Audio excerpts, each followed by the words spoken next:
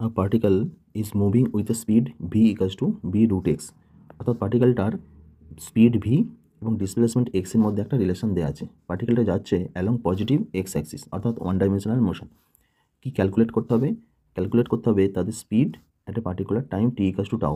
অর্থাৎ প্রথমে আমাদের যেটা করতে হবে, এই স্পিড v এবং ডিসপ্লেসমেন্ট x এই যে রিলেশন, সেখান থেকে স্পিড v এবং টাইম t এর রিলেশনটা নির্ণয় করতে হবে। একটা কন্ডিশন দেওয়া আছে, যখন পার্টিকেলটা টাইম টি ইকাস টু জিরোতে পার্টিকেলটা অরিজিনে আছে, অর্থাৎ at time T equals to zero X equals to zero.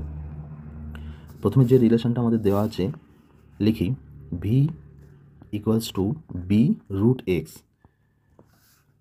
এখান থেকে আমাদের ভি এবং টি এর সম্পর্ক নির্ণয় করতে হবে। তাই প্রথমে ভি এর জায়গায় লিখলাম আমরা dx DT.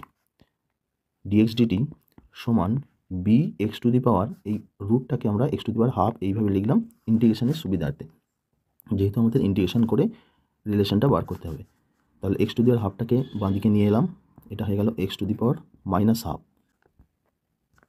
Half into DX সমান বি ইন্টু ডিটি। আর ইন্টিগ্রেশন করব, ইন্টিগ্রেশনে এই বিটা কনস্ট্যান্ট তাই বাইরে রাখলাম। লিমিটটা হবে যখন time T equals to zero, তখন displacement X equals to zero, কারণ পার্টিকেলটা অরিজিনে আছে। কোনো পার্টিকুলার টাইম টি, তখন এক্সটা হলো এক্সের value X, X to the power minus হাফটা আসবে X to the power minus half plus one, অর্থাৎ X to the power half, এবং নিচে একটা আসবে মাইনাস হাফ প্লাস ওয়ান, অর্থাৎ প্লাস হাফ, সেটা উপরে ওঠে দুই হয়ে গেল। সুতরাং two X to the power half. এখন যদি এখানে লিমিটটা বসানো যায়, লোয়ার লিমিট জিরো এবং আপার লিমিট এক্স, এক্স বসালে এই ভ্যালুটাই আসবে, আর লোয়ার লিমিট বসালে মাইনাস জিরো, সুতরাং আমাদের ভ্যালুটা আসবে two X to the power half.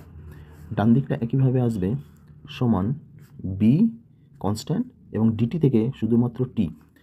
এখন যেহেতু এক্ষেত্রেও আপার লিমিট টি বসালে টিটাই হবে, আর মাইনাস লোয়ার লিমিট জিরো বসালে এখানে একটা জিরো আসবে, সুতরাং আমাদের রিলেশনটা এটাই আসবে। এরপর এটাকে আমাদের এক্স আর টি এর মধ্যে একটা সম্পর্ক এলো, এই যে ডিসপ্লেসমেন্ট এক্স এবং টাইম টি এর মধ্যে আমাদের আনতে হবে ভি এবং টি এর মধ্যে। তার জন্য প্রথমে ইকুয়েশনটাকে আমরা স্কোয়ার করি। স্কোয়ার করলে যেটা আসবে ফোর এক্স, ডান দিকটা আসবে বি স্কোয়ার টি স্কোয়ার।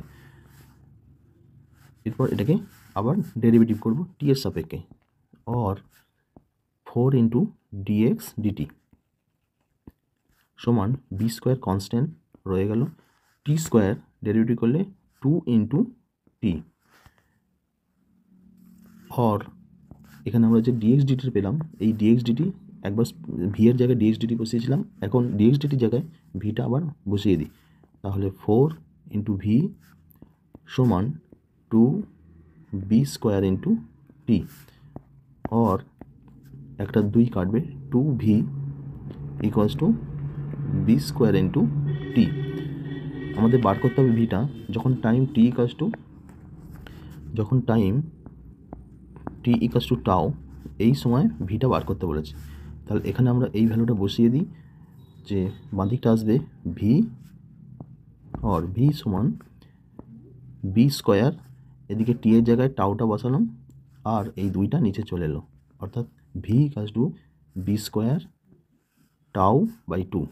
আমাদের এখানে অপশানে রয়েছে বি এর অপশানটা, সুতরাং বি এরটাই সঠিক অ্যান্সার।